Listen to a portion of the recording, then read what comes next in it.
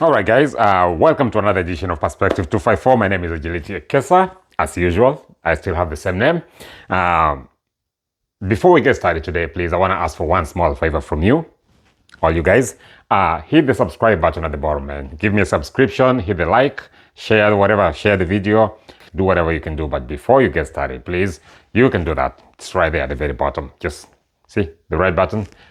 Good job. Anyways, now that we have that out of the way, in the dynamic world of Kenyan politics, allegiances are always shifting. The recent events surrounding the Orange Democratic Movement, ODM, and its members have brought to light the complexities and intricacies of political affiliations in Kenya. As the saying goes, a picture is worth 1,000 words. And this picture right here pretty much speaks volumes, especially in the political space.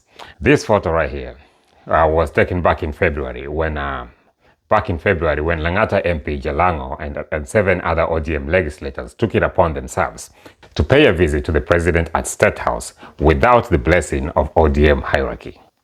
President Ruto had been making moves, reaching out to opposition MPs to neutralize Raila Odinga's influence, and it seemed to be working for a while. He's already charmed some of the Jubilee MPs, and now he's got his eyes set on some of the ODM lawmakers from Nyanza province. Fresh off his election as a Langata MP, Jalang'o was all about learning the ropes of politics. But boy, he did not see this crash course coming. After his little State House visit, the ODM party was like, no, bro, what are you doing now? And just like that, Jalang'o found himself in the middle of a political storm. Any keen political observer with half a brain would have known this was definitely not a good look. Not a good look both for the party, for ODM party, and most importantly, not a good look for Baba. Politics is all about perceptions, and regardless of their noble intentions, this is definitely not the kind of message they wanted to pass on to their supporters, and most importantly, ODM supporters. This was definitely a boneheaded move on the part of the MPs. Given what had just transpired a few months previously in the aftermath of the election and the bad blood between UDA and ODM at the time, it was indeed a stupid move for anyone with any kind of political acumen to do. Well, I'm not sure what Jalang'o and company were thinking at the time, but I am sure they definitely knew there would be consequences to their action. Every action has consequences. And now, here we go. According to them sevenfold, President Ruto was all about unity and confronting challenges, saying the leaders visited him to foster coexistence. But ODM were like, no. We did not give you the green light for that little get together. So if you guys did that, that was all on your own. Don't say we're doing this to foster coexistence, because we had nothing to do with that. ODM's statement was pretty clear on the issue. They said, our party leader Raila Odinga's victory was stolen, and some of you guys are betraying the very people that elected you. They even accused Ruto of using state resources to buy their members, because Kenyan politics is all about, most Kenyan politicians, they are not about principles, they are not about ideas. It's ni siasa ya tumbo.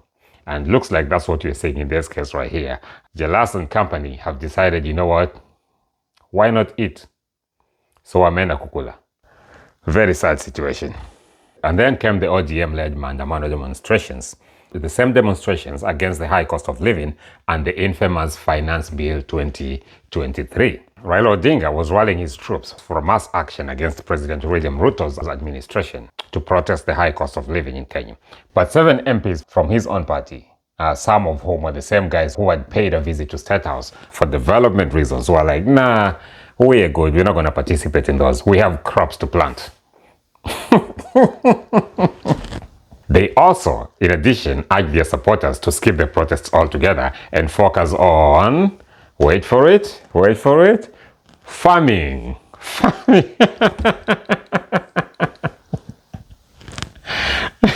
They're all about agricultural life now.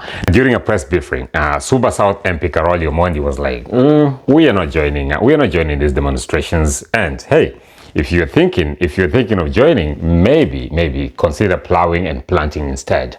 So enda panda. Take advantage of the rain, folks. Take advantage of the rain. Why demonstrate when it's raining, right? I mean, who needs political protests when you can have a farming revolution, right? According to them, the country needed an economic dialogue and not street protests, which was stupid. Well, they're calling for a national conversation to tackle Kenya's economic challenges. They are all about competing economic ideas and not political drama. That's what they claim. These MPs now find themselves in hot water for getting a little too cozy with the Kenya Kwanza people. According to ODM's rulebook, if you're vibing too much with another party's ideology, then you're basically out of the party. And guess what?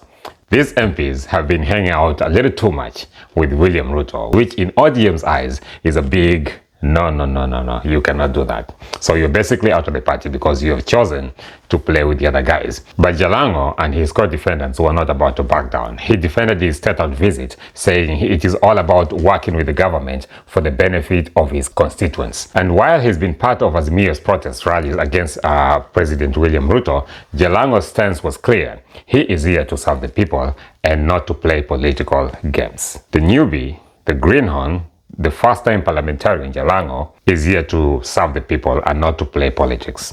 Let that sink in. This guy thinks he knows a lot more than Baba because he was elected to parliament. One thing, in my humble opinion, that I think that Jalang'o seems to be forgetting is if it was not for ODM and Baba, he would not be that MP.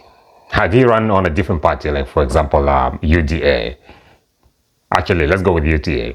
Had he run on a UDA ticket in Langata, there is no way on earth he would have won that thing. And now, the guy seems to be biting the hand that fed him because he feels like I'm a fika. But now, wait, there's more. Looks like Raila Odinga is now facing a little bit of an uprising right in his Nyanza backyard. A group of rebel legislators seem to be testing the waters in Nyanza to see how far they can push Baba before he can topple over. Some rebel lawmakers from Nyanza are actually thinking of forming something called a liberation group to challenge his dominance, and they're getting a little help from Mr. William Ruto's corner. Well, it's all about liberating the region from Mr. Odinga's influence. That's what they claim. You know, apparently they do not like his influence, but that's okay. The Liberation Group is rumored to be led by Bondo MP Gideon Ochana, and wait for it,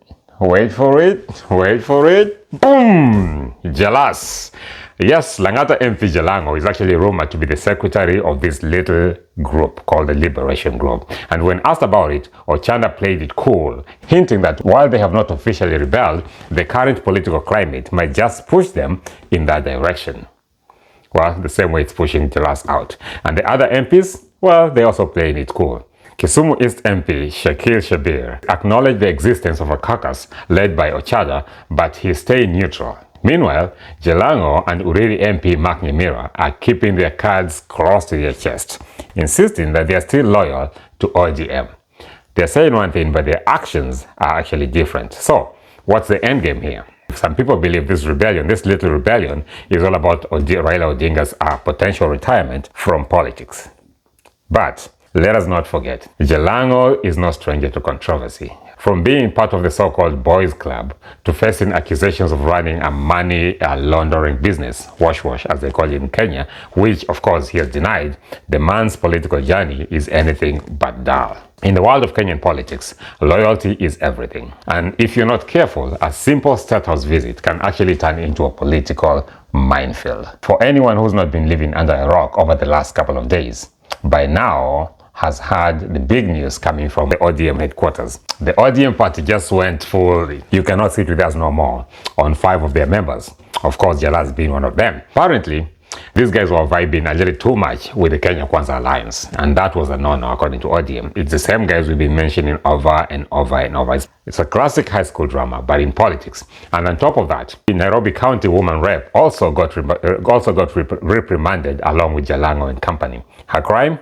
Well, her crime was not vibing with ODM's stance on the Finance Bill 2023. Basically, she voted against ODM, which was no-no. Short of getting expelled from the party, like the aforementioned 5, Esther Pasauris got slapped with a 250,000 shilling fine, and she would have to write an apology later within a week, which is okay.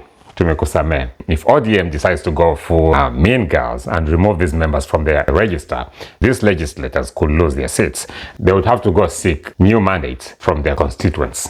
According to the Kenya Constitution, if a party kicks out a sitting member of parliament, then that member has got to resign and run for re-election with a different party. So, this whole expansion thing, well, it is a big deal. It is indeed a big deal. Historically, Victims of party expulsions do exploit long and winding legal appeal mechanisms in order to remain in office and serve out their terms. As a result, these members are very confident about their retaining their positions, citing past instances where similar attempted expulsions were unsuccessful. As history has shown, kicking someone out of the party is not that easy. But remember when Jubilee at one time tried to give Isaac Mwaura the boot? The High Court was like, nah, he's gotta stay, he's staying.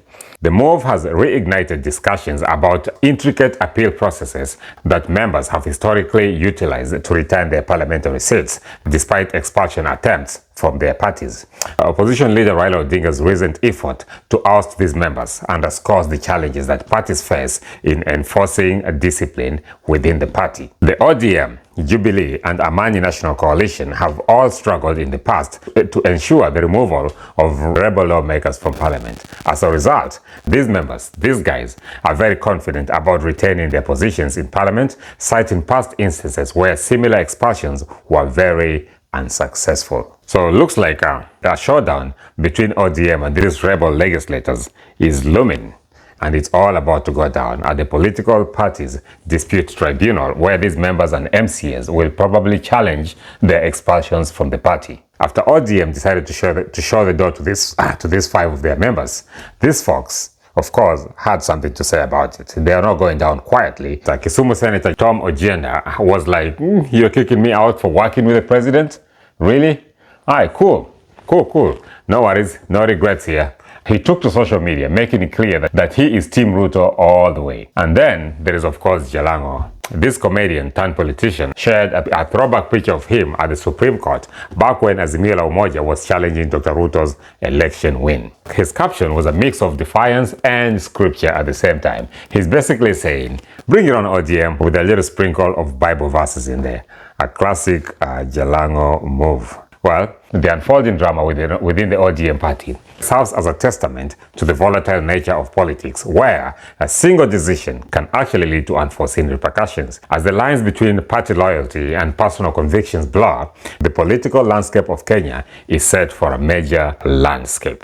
The actions of these MPs and their subsequent reactions and the party's response highlights the delicate balance of power, trust, and strategy in the world of politics. As the story continues to evolve, one thing is certain: in politics, as in life, every action has a reaction, and the consequences can be far-reaching. And with that, ladies and gentlemen, we come to the end of our show today. Again, before I get out of here, please subscribe, hit the subscribe button at the bottom, and then I will see you for the next episode. Cheers. And